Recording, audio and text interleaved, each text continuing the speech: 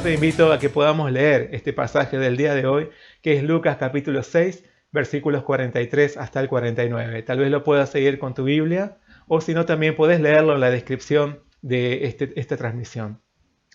Lucas capítulo 6, versículos 43 hasta el 49. Oír y hacer. Vamos a leerlo juntos. Yo lo voy a leer desde aquí. Y la palabra dice de esta manera: No es buen árbol el que da malos frutos, ni árbol malo el que da buen fruto. Porque cada árbol se conoce por su fruto. Pues no se cosechan higos de los espinos, ni de las zarzas se vendimian uvas. El hombre bueno, del buen tesoro de su corazón, saca lo bueno, y el hombre malo, del mal tesoro de su corazón, saca lo malo, porque de la abundancia del corazón habla la boca. ¿Por qué me llamáis Señor, Señor, y no hacéis lo que yo digo? Todo aquel que viene a mí y oye mis palabras y las hace, os indicaré a quién es semejante. Semejante es al hombre que al edificar una casa, cavó y ahondó y puso el fundamento sobre la roca. Y cuando vino una inundación, el río dio con ímpetu contra aquella casa, pero no la pudo mover, porque estaba fundada sobre la roca. Mas el que oyó y no hizo, semejante es al hombre que edificó su casa sobre tierra sin fundamento, contra la cual el río dio con ímpetu, y luego cayó, y fue grande la ruina de aquella casa. Hasta ahí es la palabra que queremos compartir el día de hoy. Te invito a que podamos leer los versículos claves del día de hoy, que son dos, el 47 y el 48. Te invito a que podamos leerlos juntos, si los tenés a mano, leámoslo ya. Todo aquel que viene a mí y oye mis palabras y las hace, os indicaré a quién es semejante. Semejante es al hombre que al edificar una casa, cavó y ahondó y puso el fundamento sobre la roca. Y cuando vino la inundación, el río dio con ímpetu contra aquella casa, pero no la pudo mover, porque estaba fundada sobre la roca. A lo largo del capítulo 6 de Lucas podemos ver un sermón que Jesús les dio específicamente a sus discípulos. Como vimos en semanas previas, Jesús comenzó su exposición hablando de bienaventuranzas y ayes o lamentaciones. Luego señaló la importancia de practicar el amor incluso a nuestros enemigos para ser reconocidos como hijos del Altísimo. Entonces destacó la regla de oro que nos dice que así como queremos ser tratados, debemos tratar a los demás. La semana pasada hablamos acerca de la importancia de quitar primero la viga de nuestro propio ojo en lugar de pretender quitar o sacar la paja del ojo ajeno.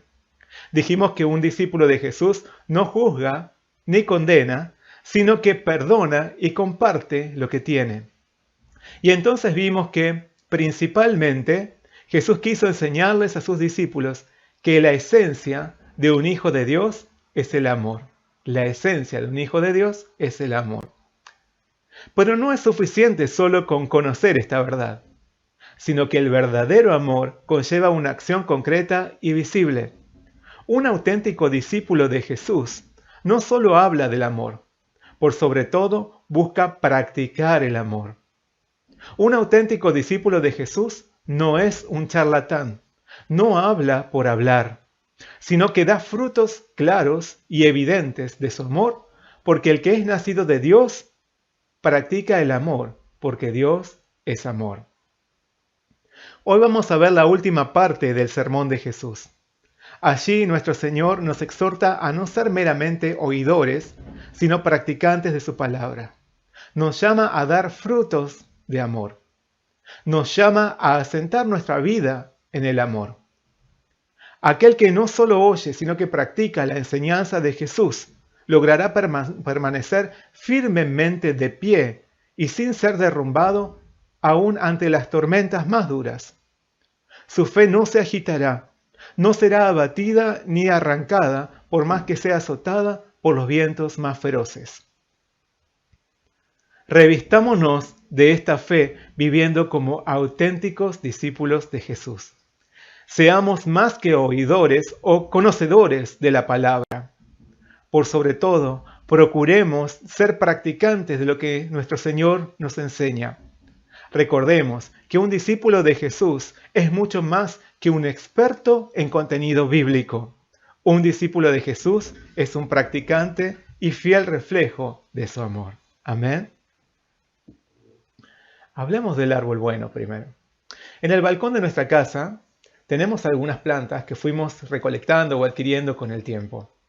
Algunas son decorativas, como tenemos un pino enano, también tenemos un cactus y también una azalea, por ejemplo. Otras son plantas comestibles. Tenemos albahaca, orégano, menta y hasta un ajicito muy picante. Otras son medicinales. Tenemos aloe vera y una que tiene unas hojas que son muy buenas para descongestionar el estómago. De a poco fuimos armando un pequeño jardín en nuestro balcón. Cada vez que vemos salir un brotecito al costado de alguna de nuestras plantas, como no somos expertos, nos entusiasmamos pensando que tal vez alguna semilla cayó allí y está saliendo una nueva planta. Así que separamos ese brotecito en una nueva maceta y esperamos a ver su crecimiento. Hasta ahora solamente se trataban de yuyos o plantas silvestres, pero no perdemos la esperanza. Sin embargo, no podíamos saberlo hasta que aquel brotecito se convirtiera en una planta más grande y pudiésemos identificarla a través de sus flores o frutos si es que los tenía. Una planta se conoce por sus frutos. A veces lleva tiempo reconocer la planta, pero el que está ejercitado en el tema discierne rápidamente.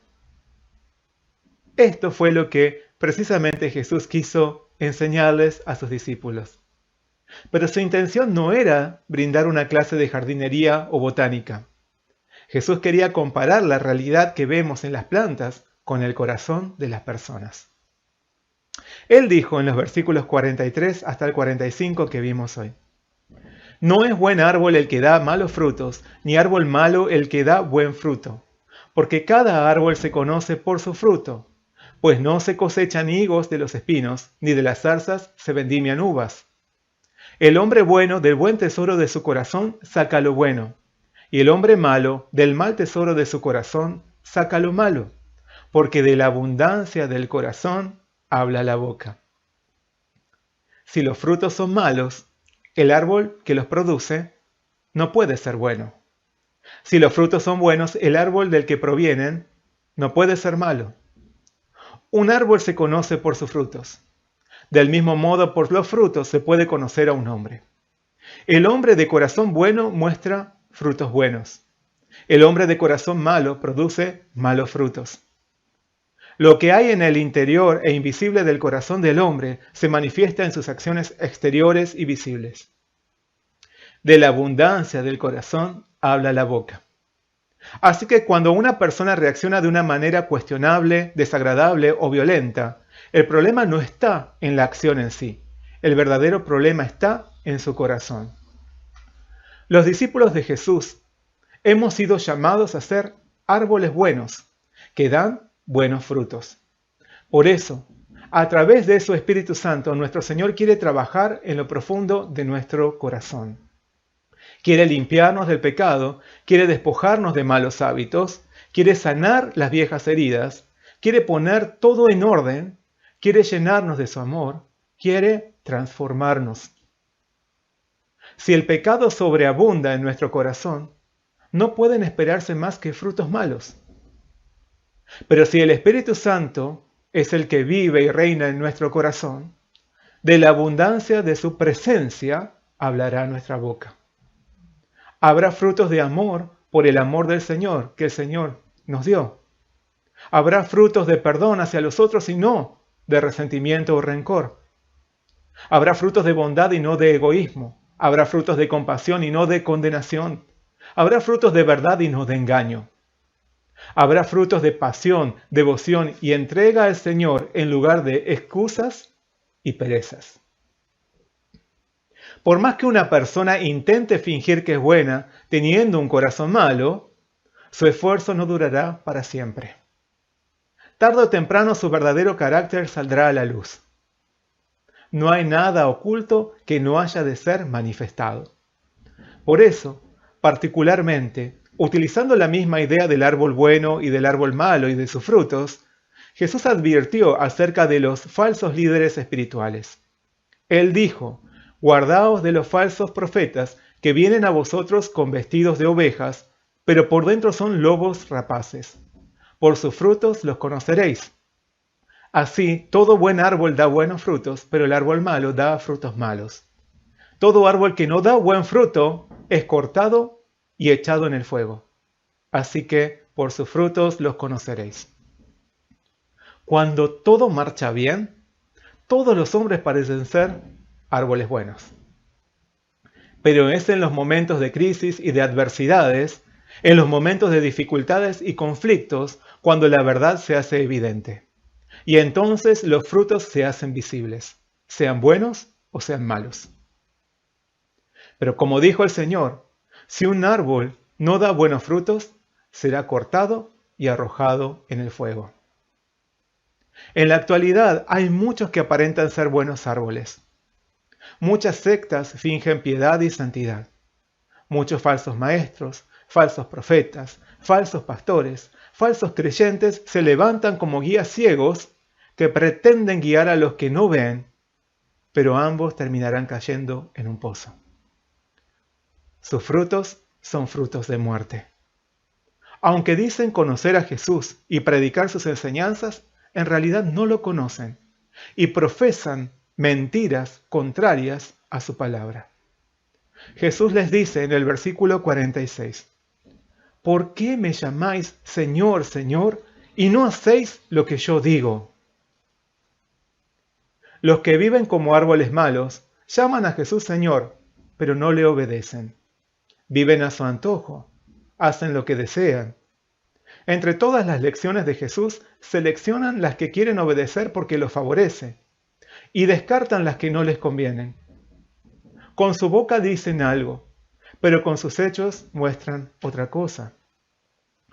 Sin embargo, el título de Señor se le da a aquel que se considera dueño o amo. Solo puedes llamar Señor a Jesús a aquel que se reconoce como su siervo, que se rinde completamente a su disposición, que se entrega por completo a su voluntad, haciendo a un lado su propia voluntad, que se somete a sus órdenes y que no presenta cuestionamientos, dudas o que pretende negociar condiciones con él. Así como un siervo no vive para sí mismo, sino para su amo, un verdadero discípulo de Jesús vive para el beneficio y la gloria de su Señor. Un siervo jamás podría cuestionar, contradecir o desobedecer a su Señor. Pensemos, pero ¿con cuánta facilidad llamamos a Jesús Señor sin considerar lo que esto significa en verdad? Sin querer renunciar a nosotros mismos, sin querer rendirnos ante Él y entregarnos a Él para que haga de nosotros como desee. Aquel que realmente considera a Jesús su Señor, vive solo para Él, para obedecerle, para glorificarlo, para agradarle. Jesús declaró: no todo el que me dice Señor, Señor, entrará en el reino de los cielos, sino el que hace la voluntad de mi Padre que está en los cielos. Debemos cuidarnos de los embaucadores que en realidad no consideran a Jesús como su Señor, sino que lo utilizan como un instrumento para alcanzar sus propios deseos contaminados por su codicia. Que utilizan su nombre sin creer en Él, sin obedecer su palabra, y que terminarán por ser cortados y arrojados en el fuego eterno como todo árbol malo. Pero por sobre todo, nosotros, cada vez que pronunciamos la palabra Señor para dirigirnos a Jesús, debemos ser conscientes de que esto implica consagrarle todo nuestro ser para vivir únicamente para Él, reconociéndonos sus siervos, viviendo en obediencia.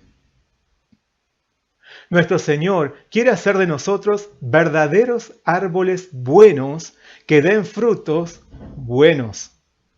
Para esto, Él desea sembrar en nuestro corazón, desea sembrar en tu corazón su Espíritu Santo para que de Él provengan frutos de vida y no de muerte.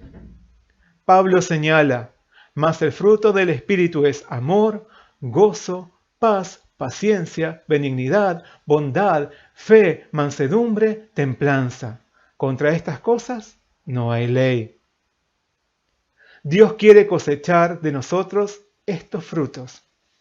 Y entre los frutos principales también está nuestro arrepentimiento. Nuestro Señor quiere que abundemos en frutos de obediencia y no de desobediencia. Espera que nuestra fe sea real y no fingida, y que cada vez que llamemos a Jesús Señor, esto exprese nuestro deseo de vivir como sus siervos. ¿Qué clase de frutos encontraría nuestro Señor? ¿Qué clase de frutos encontraría el Señor en tu corazón si viniera hoy? ¿Frutos de vida o frutos de muerte? ¿Frutos del Espíritu Santo o frutos del mundo? ¿Frutos de obediencia o frutos de desobediencia? Procuremos llevar una vida en la que abundan los frutos que son agradables a nuestro Dios, por medio de vivir bajo la guía de su Espíritu. Seamos buenos árboles. Reconozcamos que Jesús es nuestro Señor por rendirnos a Él como auténticos siervos dispuestos a seguir su voluntad. Amén. Vamos a hablar ahora de una casa firme. Ahora que estamos todos en familia en este tiempo de aislamiento, estamos todos reunidos en casa. Los padres muchas veces ya no saben qué otra cosa hacer para entretener a sus pequeños hijos. Y esto lo pueden ver los padres diariamente. Es increíble la energía que puede tener un niño. Muchos parecen que usan pilas mejores o de mejor calidad que las Duracell. Y cuando son más de uno los niños, se potencian y la tarea se hace más difícil. Los padres de los niños de la escuela dominical, por ejemplo, comparten material todo el tiempo para poder ayudarse mutuamente en la ardua tarea de mantener a los chicos ocupados en actividades sanas. En estas últimas semanas, padres e hijos comparten mucho tiempo juntos, y los niños encantados. Juegan juntos, cocinan juntos, hacen la tarea juntos, hacen otras tareas del hogar y quehaceres juntos, cantan, tocan algún instrumento musical, pintan, hacen cuentas, ordenan y desordenan la casa, hacen manualidades, miran alguna película, leen algún libro o algún cuento juntos, comparten alguna historia o anécdota familiar, etcétera, etcétera. Todo suma. Desde aquí quisiera hacer hoy mi humilde aporte. Seguramente una de las historias favoritas para contarle a los más pequeños sea el famoso y eterno cuento de los 3 cerditos o los 3 chanchitos. En este relato tan popular, 3 hermanos cerditos construyeron sus casas de diferentes materiales: paja, madera y ladrillo. Sin embargo, no todos los refugios fueron buenos, no fueron eficientes. Ante las acechanzas del lobo que amenazaba a los cerditos, visitándolos y diciéndolos: soplaré y soplaré y tu casa derribaré, las casas de paja y de madera cayeron por la fortaleza de los pulmones del lobo. Pero éste no pudo hacer nada ante la casa de ladrillo. ¿Por qué? Porque esta casa era de veras sólida, de veras firme, de veras eficiente. ¿Y por qué quiero contarte este cuento en este día? Si comparásemos nuestra vida con la de los cerditos y a ese lobo con la de las acechanzas del diablo, podríamos preguntarnos cuándo es que podemos considerar que nuestra casa ha sido construida con ladrillo y no con paja o madera. Jesús nos dice en la palabra de hoy, en los versículos 47 hasta el 49. Todo aquel que viene a mí y oye mis palabras y las hace, os indicaré a quién es semejante. Semejante es al hombre que al edificar una casa, cavó y ahondó y puso el fundamento sobre la roca.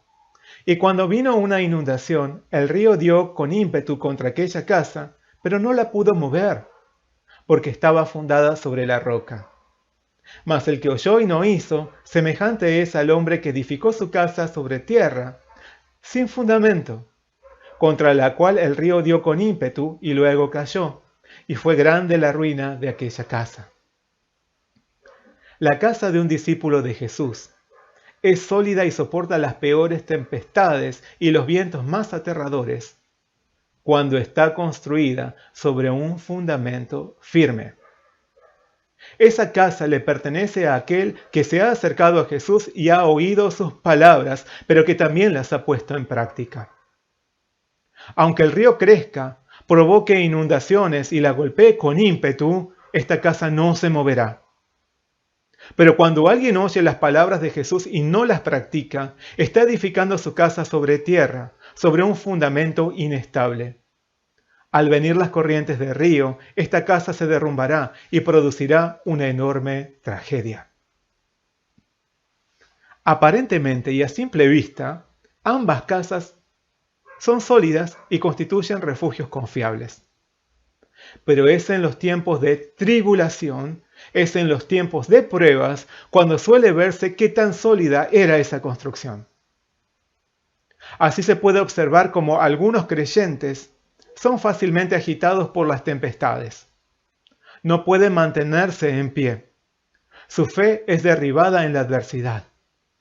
¿Por qué? Porque aunque escucharon, recibieron e incluso creyeron en la palabra de Dios, no tomaron ningún compromiso ante ella. No permitieron que la palabra se enraizara en sus corazones. No establecieron sus escalas de valores conforme a ella. No practicaron sus enseñanzas, sino que solo se contentaron con conocerlas y contemplarlas de lejos. Solo consentían con las enseñanzas, los testimonios y la fe de los otros, mirándolo todo desde la vereda de enfrente. Como consecuencia, fueron construyendo su casa sobre tierra inestable y no sobre la roca. Si alguien hace esto, tarde o temprano lo sorprenderá el temporal de las pruebas y las adversidades, y todo lo que creyeron edificar se vendrá abajo. Por eso Santiago nos dice: pero sed hacedores de la palabra y no tan solamente oidores, engañándoos a vosotros mismos.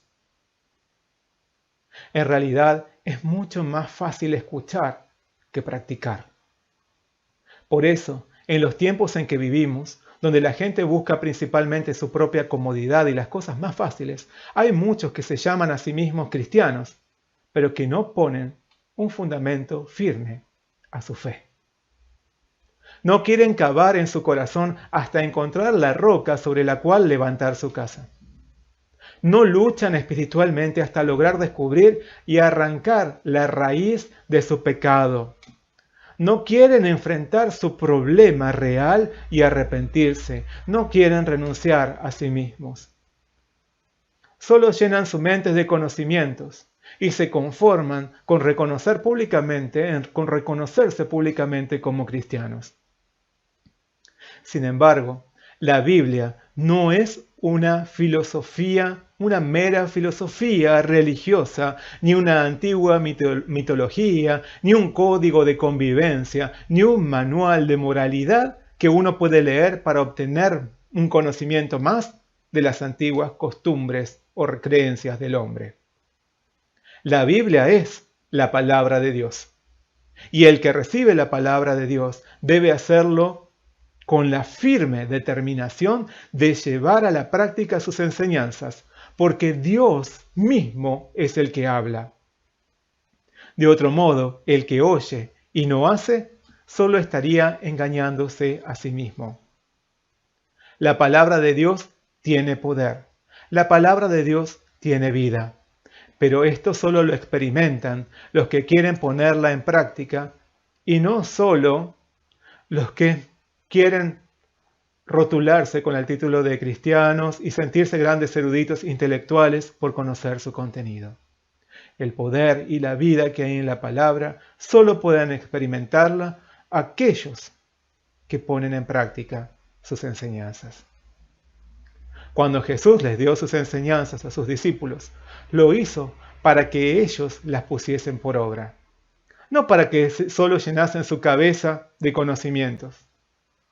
Jesús dio su palabra para dar vida a sus oyentes, para instruirlos, capacitarlos y entrenarlos por llevarla a la práctica. Juan nos dice: y en esto sabemos que nosotros le conocemos, si guardamos sus mandamientos. El que dice yo le conozco y no guarda sus mandamientos, el tal es mentiroso, y la verdad no está en él. Pero el que guarda su palabra, en este verdaderamente el amor de Dios se ha perfeccionado. Jesús también dijo: el que me ama, mi palabra guardará, y mi Padre le amará, y vendremos a él y haremos morada con él. Obedecer las palabras de Jesús es una cuestión de amor. El que ama a Jesús guarda sus mandamientos. El que ama a Jesús le obedece. No solo oye sus enseñanzas, sino que también las practica. El que ama a Jesús construye su casa sobre la roca. Pero el que no pone en práctica lo que el Señor dice, manifiesta su falta de amor y revela la fragilidad de su fe. Su casa no es firme. Cualquier tempestad podrá derrumbarla. Jesús nos llamó a ser sus discípulos para oír y hacer. No solo para oír. Él espera que seamos árboles buenos que dan buenos frutos. Espera que correspondamos a su amor por presentarnos voluntariamente ante Él como sus siervos. Desea que lo reconozcamos como nuestro Señor, no solo de boca, sino también con nuestra vida misma. Que vivamos en obediencia por amor a Él. Si oímos y practicamos sus enseñanzas, nuestra casa será firme y no se moverá más allá de cualquier tormenta. Si oímos y practicamos la palabra de Dios, no habrá tempestad que pueda derribarnos, porque nuestra vida estará consolidada en la verdad, en el amor, en la fe y en la roca poderosa de nuestro Señor. Oír y hacer. Amén. Te daré lo mejor.